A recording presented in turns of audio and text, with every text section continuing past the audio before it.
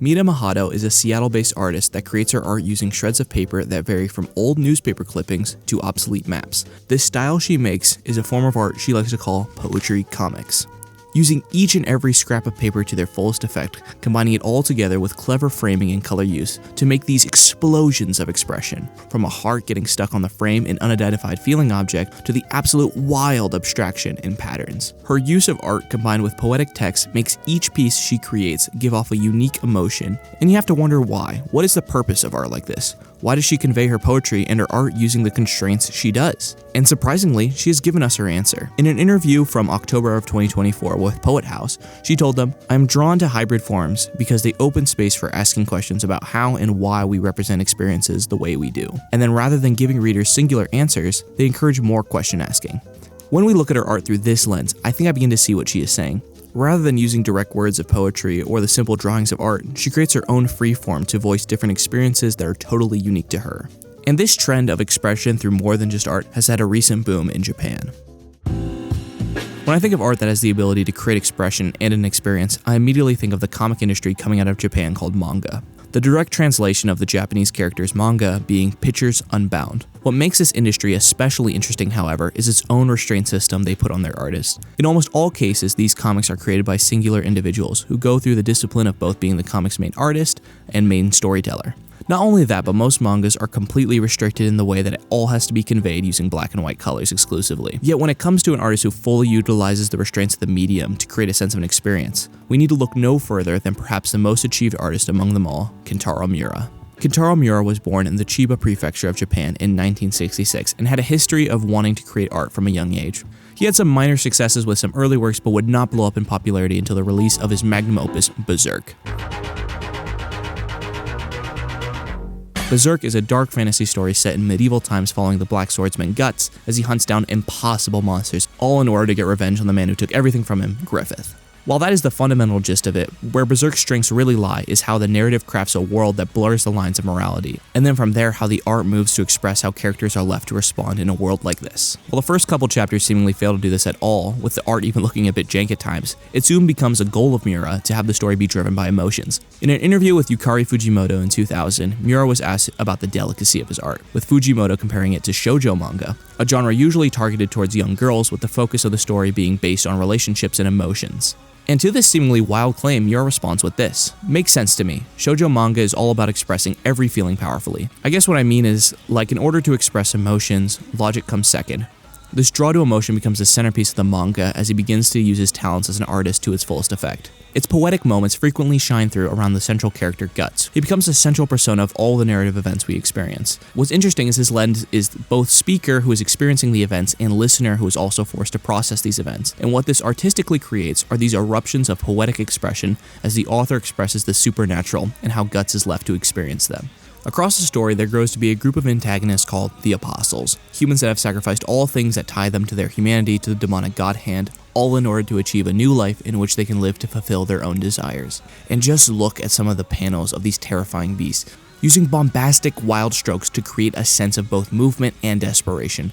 Normality and color drain from both characters and the page as panels grow bigger and bigger and the threat grows until taking over the entire page, breaking any sense of form and leaving characters in these isolated spaces. This happens numerous times across the story, the biggest example being during the eclipse. As this event is so intertwined with the supernatural, he can allow his free form to be completely utilized. The story arc starts with the commander of Guts' army, Griffith, being rescued from being tortured for treason. The pain of this torture, however, has left his body in a state that is totally incapable to lead anymore, making any hope of his dream fall apart. Griffith at this point in the story has been extremely calm, cool, and collected. Yet the way he is expressed during this weakened state, you feel his isolation as he is drawn just outside the perception of others. This then gets twisted with the fantastical as he begins to have visions of his former glory and his childlike wonder for his dream. The background changes to a setting with no sky and bounds as the panels shift on their side as Griffith is now absorbed into his own dream again. The dream then switches to the future where his face is cast in shadow and the background is gloomy as if this is a dreary future.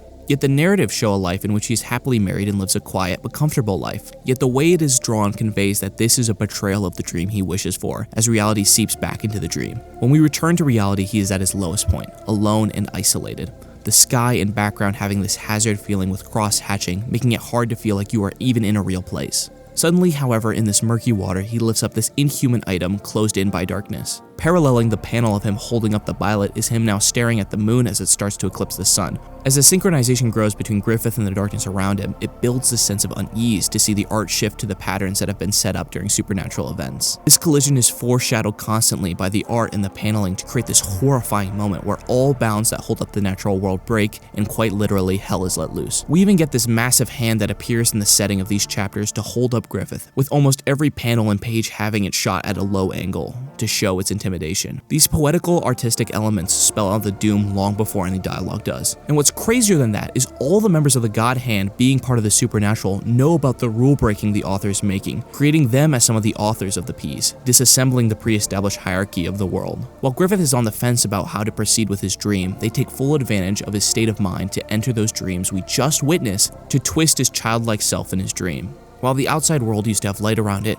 now corners are dark and eerie. We peek at him through behind walls and empty streets as he chases nothing. The panels drag him into a darkness, leaving him to face the reality of the consequences of his wish. The allure of his dream is too tempting when faced with the alternative of giving up. White overtakes as now his mind is clear. This destruction is what he wants. Having thrusted them into this hell, the ink around the monsters grow wild and uncontained, having no reason to keep in line with what the reader is familiar with anymore. These pages are hard to read as destruction completely overtakes multiple pages, revealing the significance of the devastation. Smaller panels cut to different individuals being devoured indiscriminately, giving no breathing room for the reader to escape. We get another page surrounded by darkness cutting back to Griffith, regaining his power at the cost of his comrades. Panels drift further and further from light as his eyes are literally open to the deaths and murders he has evoked. And just look at this panel. The brilliant ways it shows that he has stepped into the worst depravity possible, his mind being only on the thoughts of his friends' deaths and the rest of his face being silhouetted by darkness. Then flipping the page, we have these panels drifting off to the side, to non-existence, as he and all light disappears from the page.